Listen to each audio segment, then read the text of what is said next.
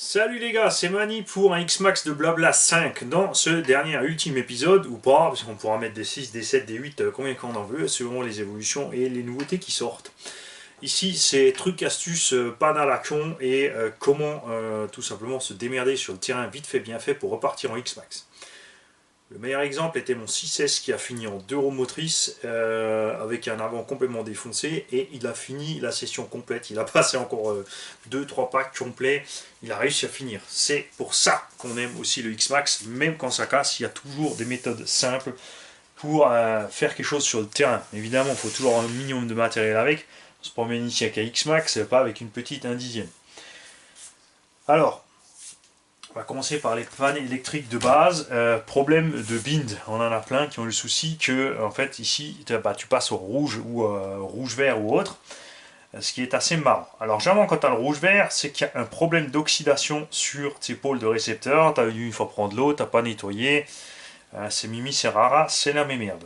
Tu peux éventuellement sauver, il faut démonter, il faut nettoyer, nettoyeur électrique, etc. Il y a certains cas, c'est arrivé à Sevan, où ça ne fonctionnait plus. Et très certainement que son récepteur est mort après le décès de son cerveau. Parce que Sevan a persisté, parce qu'il a acheté un engin avec le TSM, à se servir du TSM, et que Mani, ça fait 2 ans qu'il vous dit débranchez le TSM, déprogrammez-le, laissez tomber ce truc. Donc le cerveau d'origine ne supporte pas le TSM bien longtemps, en fait, à force de corriger, il chauffe. Donc le cerveau de Sevan a chauffé, il a eu un court-circuit électrique à force. Ça s'est répercuté évidemment sur la réception. Coupure de réception, l'engin est parti. En plus, il est rentré dans la fripouille. Enfin, les deux sont rentrés dedans, malencontreusement. Ce récepteur du coup avait pris un coup électrique tout simplement. Et quelques temps plus tard, il a lâché l'affaire. Il clignotait rouge et vert quand on allumait. Il est parti évidemment en garantie. Donc, soit tu arrives à le refaire fonctionner, soit t'es foutu. Donc première chose toujours à faire, c'est le bind avec la radio, ça c'est facile, tu as un petit bouton link ici, tu appuies dessus, tu mets ta machine en route, tu vas clignoter rouge, tu appuies le bouton 7 sur la radio, tu allumes ta radio, elle va clignoter rouge aussi, et là instantanément les deux vont passer au vert si ça fonctionne, tu vas rebinder ton X-Max. Tu peux le faire sans démonter tout le carter ici, il y a une petite trappe en caoutchouc par laquelle en fait tu peux atteindre ce petit bouton. N'empêche que, l'autre panne à la noix qu'on a eu, ça c'est tonton Ludo qui l'a eu, ça m'était déjà arrivé sur le Summit en fait à l'époque, c'est que les câbles, selon comme ils passent dans la boîte, quand la boîte est montée, peuvent aussi presser sur ce bouton de temps en temps, ou après les chocs qui se déplacent, tu as les prises qui vont là, et ça va presser sur petit bouton quand tu mets en route, résultat, 0 bind. Tout simplement, puisque toi tu ne bindes pas ta radio et lui il se met en mode bind. Ça c'est couillon, hein. Donc le plus simple c'est toujours d'enlever le carter de réception pour s'assurer de ça. En cas d'autres problèmes aussi à ce niveau-là, toujours enlever ce cache aussi et contrôler les câbles s'il n'y en a pas un qui est pincé ou coupé, surtout si tu es déjà intervenu sur le véhicule. Si tu n'es jamais intervenu sur le véhicule, c'est rare que ce soit ce genre de choses, mais ça peut arriver quand même. Au niveau des récepteurs sur les VXL6, j'avais pas le problème. Sur les VXL8, la plage de nœuds, de toute évidence, point de vue programmation Traxxas, est trop juste. Et l'ATQ Traxxas, un petit jeu sur le potard qui, des fois, fait qu'on perd le neutre. Il faut donc refaire le neutre. Ça, je vous invite à regarder la rubrique Flash Info, je l'ai fait. Donc tu allumes ton Vario. Au moment où tu restes dessus, pardon, parce que la LED est d'abord verte, au moment où elle passe au rouge, tu lâches direct. Parce que si tu continues à rester dessus, il va passer en mode programmation, sport 50-50, pas de marche arrière, etc. Donc au moment où cette LED rouge s'allume, tu relâches un coup, t'attends patiemment, elle s'éteint, elle se rallume au moment où ça clignote, tu mets tes gaz à fond, elle va clignoter 2 fois, tu mets la marche arrière à fond, elle va clignoter vert, si c'est le MXL6, le VXL6, pardon, si c'est le VXL8, il va faire sa petite danse des LED et c'est fait, tu vas recalibrer ton neutre. Sur le 6S, donc, on a des problèmes de chauffe, surtout en été avec ce moteur. Donc, je vous conseille de mettre le ventilo, soit le truc d'origine Traxxas, même si je le trouve extrêmement cher, il est efficace. Soit, comme j'ai fait sur le mien, j'ai tout simplement pris une plaque en ABS ici que j'ai coupée à cette taille-là. À la cycloche, j'ai fait deux trous de 40, j'ai fixé 2 ventilos de 40 par-dessus, ça marche très bien. Coût de l'opération, une chute d'ABS, 2 ventilos 40-40 à l'unité de haut, ou même pas ou même 1 euro pièce. Et c'est joué. Si t'as pas de grille pour mettre dessus, tu peux tendre un bas. Tu vas piquer ça à ta maman, ta chérie ou ta mémé, comme tu veux. Hein, Non, c'est bon, laissez tomber les blagues. Préférez couper un morceau sur le tibia ou le mollet. Forcément, prenez pas les pieds ou le reste. Si vous voulez pas avoir de problème d'odeur. Ok. Alors ça, c'est principalement pour l'électronique. Évidemment, le cerveau aussi qui chauffe, le cerveau d'origine qui chauffe, qui faiblit, etc. etc. Donc à remplacer par le 24.5X qui fonctionne très bien. Si tu as monté des options à lui, des machins, et que tu casses sans arrêt, bah, je peux rien faire pour toi, c'est que tu n'écoutes pas ce que je te dis. Quand tu laisses les trucs en plastique, des fois c'est chiant, c'est vrai, ça se déforme, ça dérègle un peu, ça encaisse une partie des chocs, des fois quand tu tournes, la biellette se plie, ça fait pas ce que tu veux, mais tu ne casses rien d'autre. Depuis 3 ans que je roule sur X-Max, je reste avec les directions d'origine, j'ai eu zéro pépin avec cette direction. Il y en a une sur mon 8 et 12S, parce que je l'ai dit en 8 et en 12, dans lequel j'ai mis mon cerveau 50 kg, avec le sauve-cerveau d'origine, toutes les pièces plastiques, etc. Le sauve-cerveau a commencé à en avoir marre, il y avait de l'usure sur les cônes, donc tout ce qu'on a fait, c'est mettre une grande rondelle sur le ressort pour presser un petit peu plus sur le sauve-cerveau et qu'il fonctionne nouveau normalement sans jeu. Après, au niveau des usures, évidemment, au bout de 3 ans, j'ai des biellettes, tout ça, le plastique qui s'use, donc on se déclipse facilement des biellettes. À un moment, ça devient trop, ça se déclipse sans arrêt, donc là, tu changes ta biellette. Les jeux de biellettes plastique coûtent que dalle, tu t'en fous. M'est arrivé sur un gros choc en virage de sortir. En fait, uniquement un petit axe ici de la fusée. Donc ça se voit pas de l'extérieur, faut enlever la roue et ça se voit dedans et ça s'entend quand tu tournes, ça fait clac clac clac clac, tu paniques pas. C'est uniquement ça, donc tu dévisses tes deux pièces ici, tu sors tes deux axes, tu les remets. Si ça t'arrive 3, 4, 5 fois, c'est que la fusée commence à avoir, elle va pas tarder à mourir. Arrive aussi que les roulements s'arrachent de là, le roulement intérieur lâche, il y a tout qui sort, donc là tu changes de roulement. Si les roulements commencent à tourner la fusée, si elle a du jeu, ou si tu changes ton roulement et ça t'arrive encore une fois plus tard, change ta fusée. Là pareil, les pièces plastiques coûtent pas grand chose. Les vis ici qui s'arrachent de ce sabot. Donc là c'est pas compliqué, enfin c'est pas compliqué. Sur le terrain ça peut devenir compliqué. Moi ça va puisque j'ai ma petite visseuse avec, j'ai mes forêts avec, donc tu perces à 3, ce sont des vis 4 mm, tu perces à 3 et tu mets des vis plus longues. Elles vont dépasser un petit peu au début, elles vont vite être rabotées, t'en fais pas, il n'y a pas de souci, ça sera vite rectifié. Sur les gros chocs, le carter avant qui est sorti avec le poids du diff, il s'est arraché ici du plastique. Là j'essaie actuellement sur mon vitesse, j'ai mis le petit carter avant alu. Et je vais voir aussi s'il va fortifier aussi la zone au-dessus au niveau de la tourelle de suspension et du bulkhead supérieur, si ça empêche de défoncer le aussi rapidement qu'avant. Enfin rapidement c'est un grand mot, hein, dans les conditions extrêmes d'utilisation manie. Le bulkhead avant. Les noix de cardan, ça s'use, tu peux les laisser sur le vitesse, j'ai 5-6 mm de jeu, on continue. On va voir jusqu'où ça va avant que ça pète. Ensuite, il arrive en été que tu déclipses facilement ici, en fait, les bras supérieurs, ou même, ça m'est arrivé, sur un inférieur. Mais ça, c'est rare. Et donc, il y a une méthode simple sur le terrain, tu mets un rilsan aussi ici tout de suite autour pour le maintenir serré. Au bout d'un moment, ça suffit plus non plus. Il y a l'option de mettre des vis, tu peux utiliser les vis de Sen Reaper, dispo sur le site Sen, tout simplement, pas besoin de chercher loin ou sur eBay ou autre. Comme c'est du 4 mm, tu peux aussi te chercher des vis M4 en magasin de bricolage qui, forcément, dans ces longueurs-là, n'auront une partie non filetée et juste une petite partie filetée au bout. Ton petit écrou. Inconvénient de la chose, c'est que quand tu braques à fond, quand tu as un écrou ici, eh ben, ça va t'empêcher de braquer. Pas con, mais l'air d'un con. Donc tu seras obligé de mettre la vis par l'arrière, à la limite de fraiser un peu le triangle pour rentrer la vis un peu dans la tête et mettre ton écrou par devant. L'autre souci, et ça c'est ce que je crains fort qui va se passer une fois que tu auras mis des vis, c'est que tu vas déglinguer le triangle. Moi je préfère qu'il se décroche honnêtement. Là, sur mon vitesse ça m'est arrivé 2-3 fois à l'arrière. J'ai quand même fini par changer mon triangle parce qu'il est trop souple. Mais il reste dans la caisse de terrain, il peut servir de secours à quelqu'un d'autre. Ou si un pépin et qu'on n'a plus de pièces en stock, on prend vite la vieille pièce pour se dépanner au moins à les rouler. Au niveau des cardans, j'ai pas eu de soucis spécial. Depuis qu'ils ont passé en vitesse, les têtes de cardan tiennent, donc on n'a rien qui s'arrache à ce niveau-là. Je le répète encore une fois, donc on a ici, grâce à BL, une tête de cardan GPM qui est en acier, donc ça pèse une blinde.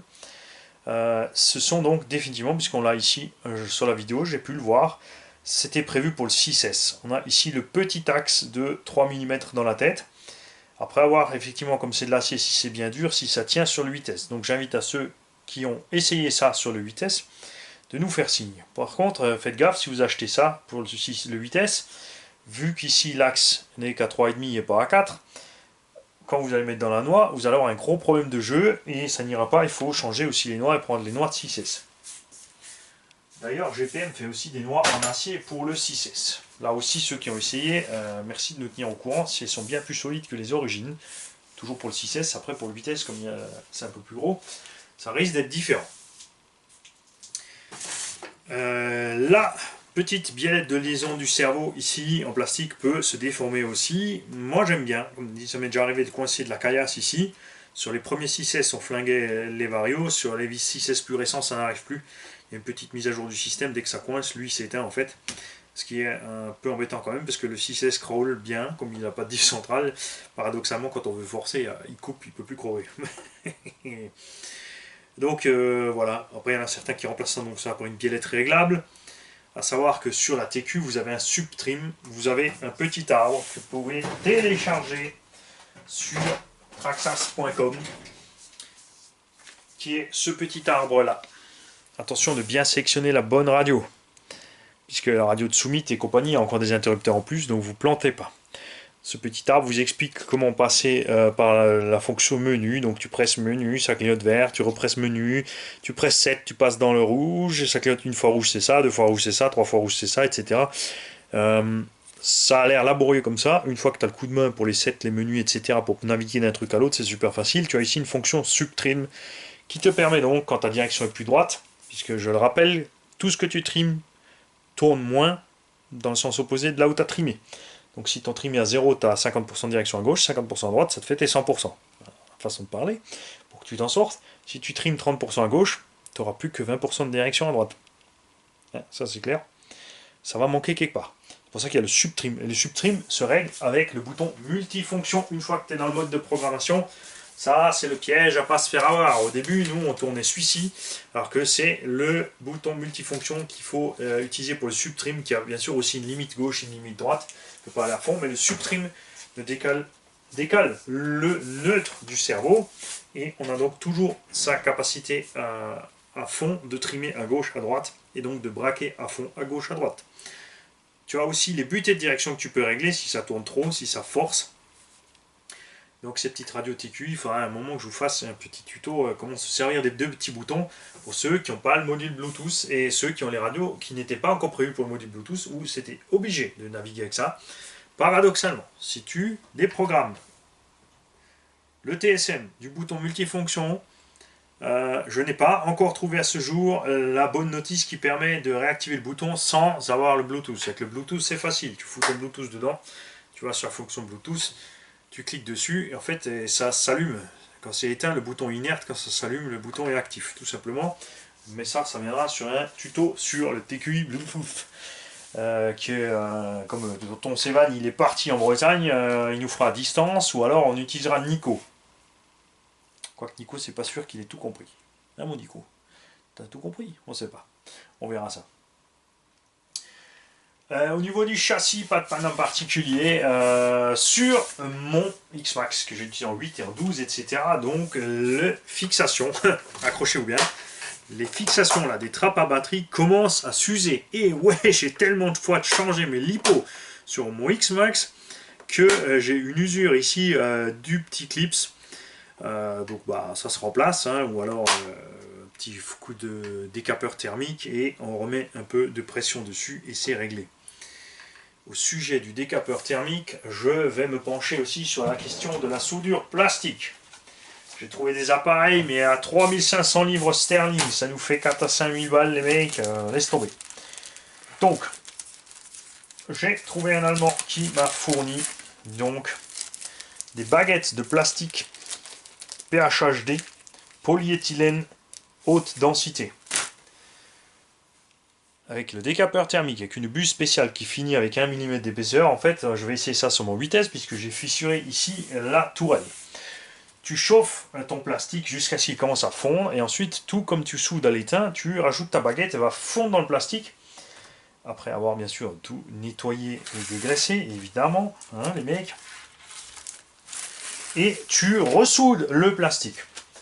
Pourquoi je me penchais là-dessus? Parce que j'ai envie de me pencher sur la consolidation des tourelles avant, ou quand ça commence à lâcher en fait, de réparer ces tourelles quand ça commence à lâcher, et voir aussi si on peut augmenter donc leur endurance.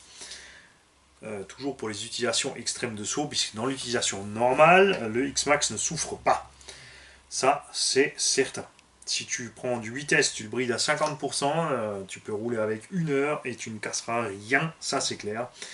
Et en sous-bois ou autre, ça suffit quand même pour s'amuser. Pour les gamins bridés, c'est pareil, ça fait un Nico géant. C'est comme à l'époque, ça s'appelait le Nico Dictator 2. Les deux moteurs, machin, le truc, ça cassait jamais. Et ben, c'est un peu la même chose. Si tu le brides à 20 à l'heure, ton X-Max, il ne cassera pas. Ensuite, d'autres pannes possibles. Évidemment, j'ai arrivé d'arracher un capuchon d'amorto. Bah là, sur le terrain, hein, rilisant dans tous les sens, pour maintenir cet amortisseur en place, on a pu finir le run sans problème.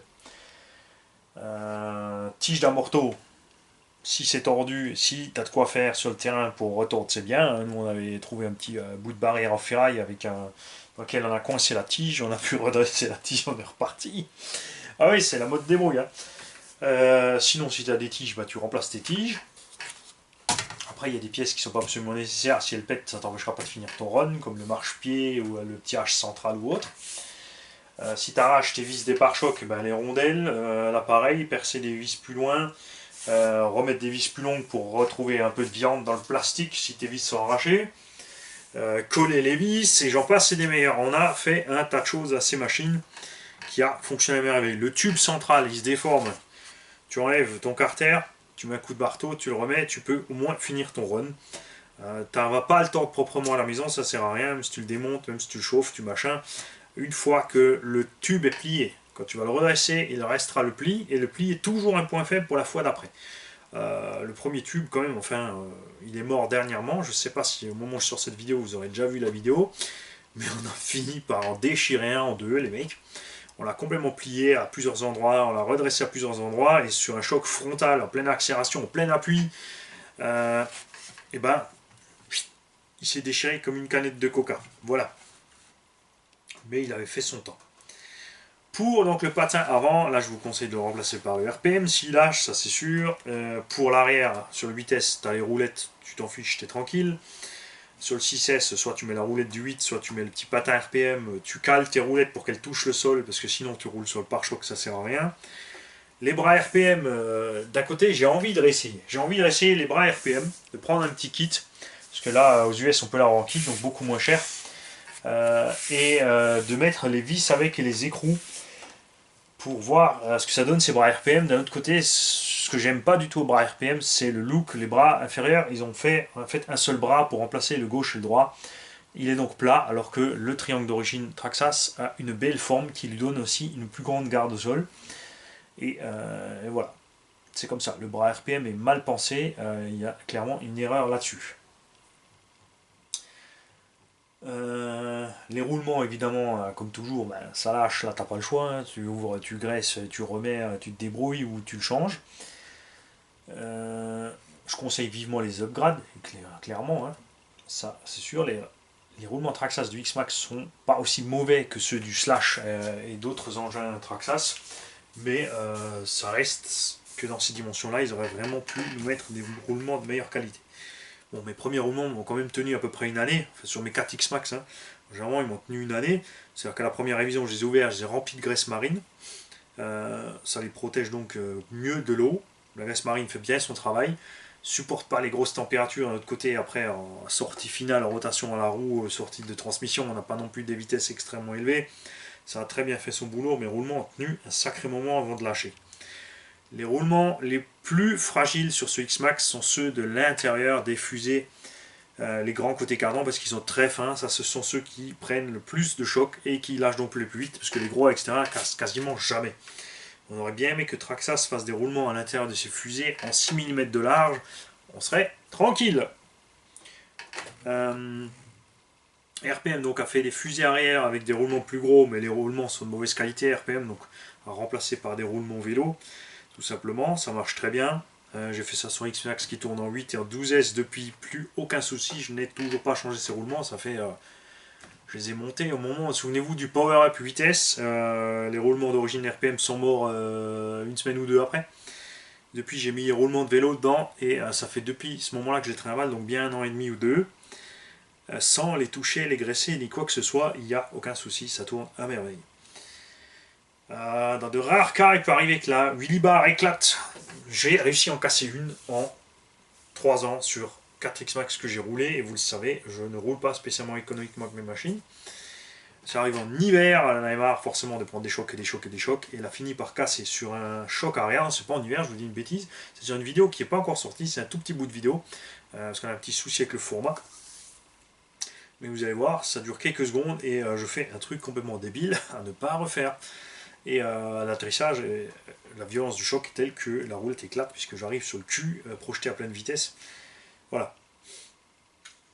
Ensuite, moteur. Le 1006 peut mourir. Le 1002, ça m'est arrivé une seule et unique fois parce que j'ai monté la couronne et le pignon hot racing renforcé. Et je vous ai à tous déconseillé de le faire, mais je l'ai fait quand même pour quand même prouver ce que j'avance. Et effectivement, ça n'a pas loupé. 10 packs plus tard, Rotor HS. Si vous mettez la couronne renforcée, c'est quand même la pièce la plus chère, celle d'origine Traxxas coûte quand même 22 balles. Tu mets une couronne renforcée, mais tu laisses ton pauvre petit pignon Traxxas. Tant pis s'il éclate, t'en mets 4-5 dans la caisse à outils, c'est pas très grave. Les pignons, tu peux les trouver si t'en prends plusieurs à 5-6 euros pièce.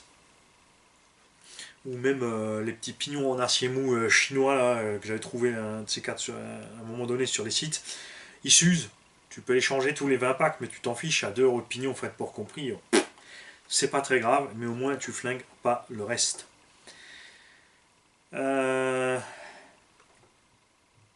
Pour protéger la carreau, l'arceau, ça c'est clair, ça marche bien. Les petites plaques de Lexan, ça marche bien. Les carreaux incassables restent pour l'instant le meilleur deal. On a ici donc la carreau mi-molle qui a envie de faire l'essai, et ça valait le coup de le faire avec du Line-X.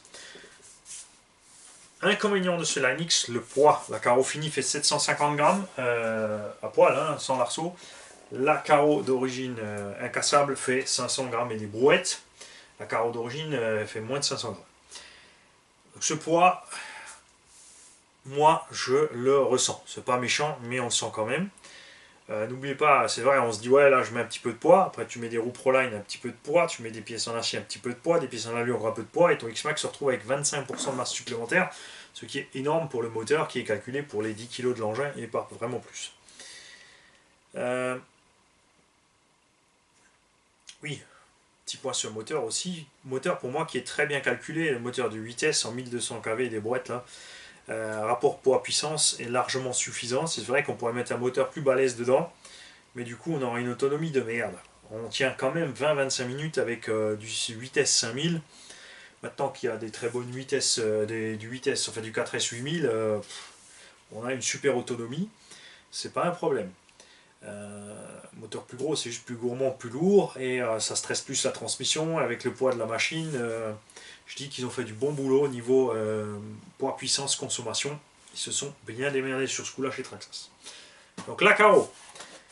La carreau d'origine fragile, la carreau Proline un peu plus solide, mais pas plus. C'est assez marrant d'ailleurs que voir que tous les équipementiers qui ont fait des pièces pour le X-Max se retrouvent avec le même problème, c'est-à-dire que leurs pièces n'étaient pas plus solides, voire moins solides, à l'image de RPM pour les bras de suspension, que les pièces d'origine du X-Max, comme s'ils avaient un problème pour calculer avec des masses pareilles. Donc la carreau d'origine moyen, la carreau Proline moyen plus. Ensuite le Line-X, donc un inconvénient c'est le poids. L'autre c'est que tu peux rien mettre dessus, il n'y a rien qui tient. Là on a mis un petit scotch de chantier parce que c'est tout ce qui tenait plus ou moins. Tu peux pas donc faire de grosses décos sur ta caisse. Après sur une carreau pour bâcher c'est pas très grave. Mais tout noir c'est ennuyeux quand même au bout d'un moment. L'autre inconvénient c'est que ça se déchire quand même en dessous, même s'il faut un peu plus longtemps. on a là passé 4 ou 5 packs dessus dans des conditions d'utilisation normales, réelles, en forêt, sur un tas de terre, on n'est pas allé sur une piste de bicross ou un skate ou autre encore, même si on a l'autorisation. Donc tu te fais des traces à l'intérieur du Lexan, mais c'est vrai qu'il encaisse quand même beaucoup plus. On a quand même déjà déchiré ici au niveau de la benne, gauche et droite, et à l'arrière au niveau de la ridelle si on veut. Donc ça, c'est un autre truc que tu peux faire pour économiser ta carreau pour qu'elle dure plus longtemps. Ici, ça craque, puisque quand tu le presses dessus, tu as un effort de pression, comme on a ici à côté, qui ne peut pas être exercé normalement, donc la carreau se replie sur elle-même. Donc si tu veux que ta carreau dure plus longtemps, tu prends ton ciseau et tu coupes de là à là dans ta carreau. Tu coupes ta ridelle aussi, là, comme ça, le pare-choc ne rentre pas dedans, la carreau va pas s'écraboyer dessus, et sur les chocs, quand ça se plie, la carreau peut se plier en fait, elle peut faire son travail. Résultat, la carreau dure plus longtemps.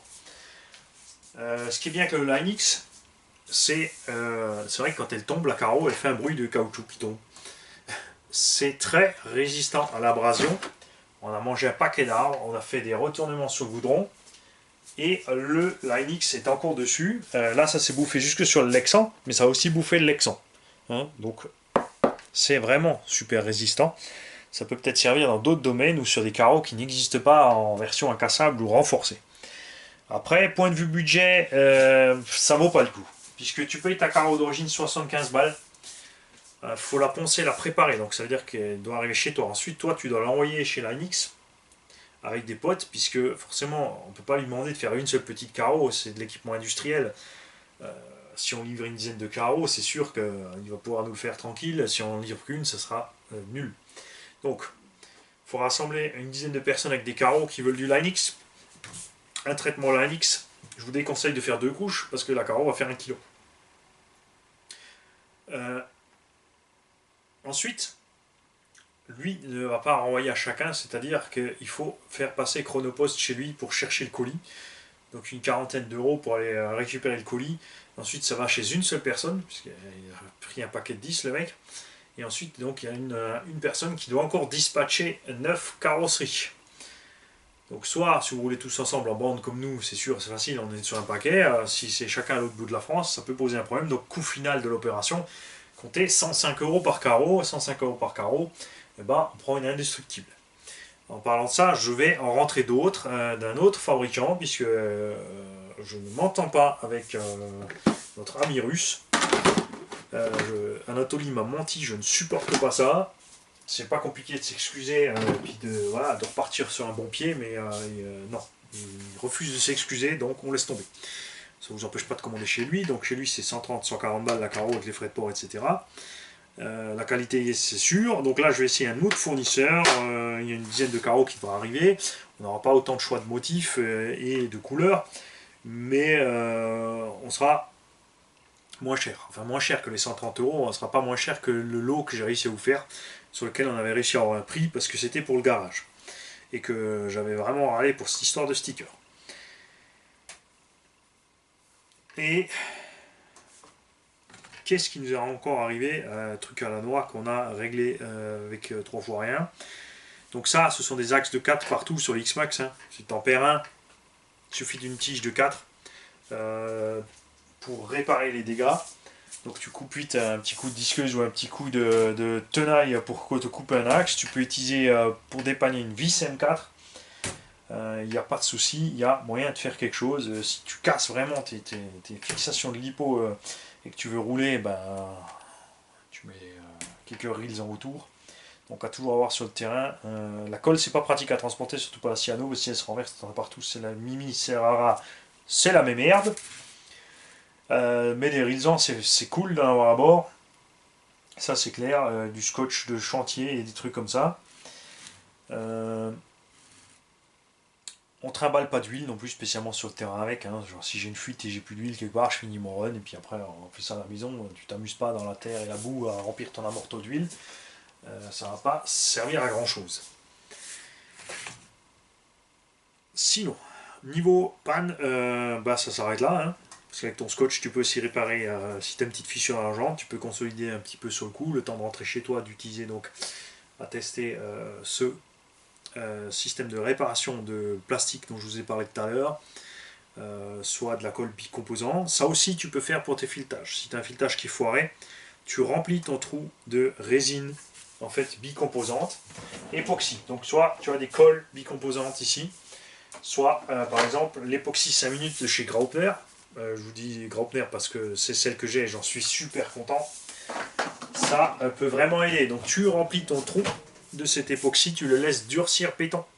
Et ensuite tu perces et tu refais un filetage et hop, c'est reparti, tu retiens encore une fois. Tu peux évidemment mettre la vis avec l'époxy dans le trou, mais là au moment du démontage, tu vas avoir un problème, c'est clair. Un peu de cyano dans les trous quand tu mets la colle, ça c'est pas un problème, tu peux redécoller par derrière, ça va bien. Pensez juste que la cyano durcit le plastique aussi, donc n'en mettez pas trop, faut pas que ça dégouline partout, tu vas raidir le plastique, tu vas avoir un souci. Pour l'entretien, j'en suis resté, j'ai testé plusieurs produits, donc définitivement au nettoyant, au rénovateur plastique Super U et au nettoyant jante Super U. Il y a des produits exprès, évidemment, pour la RC, Muc-Off et compagnie, mais quand on voit les prix, ça fait un peu peur. Enfin, c'est pas que ça fait peur, mais avec les quantités de véhicules que je passe ici et que je nettoie, le budget il explose.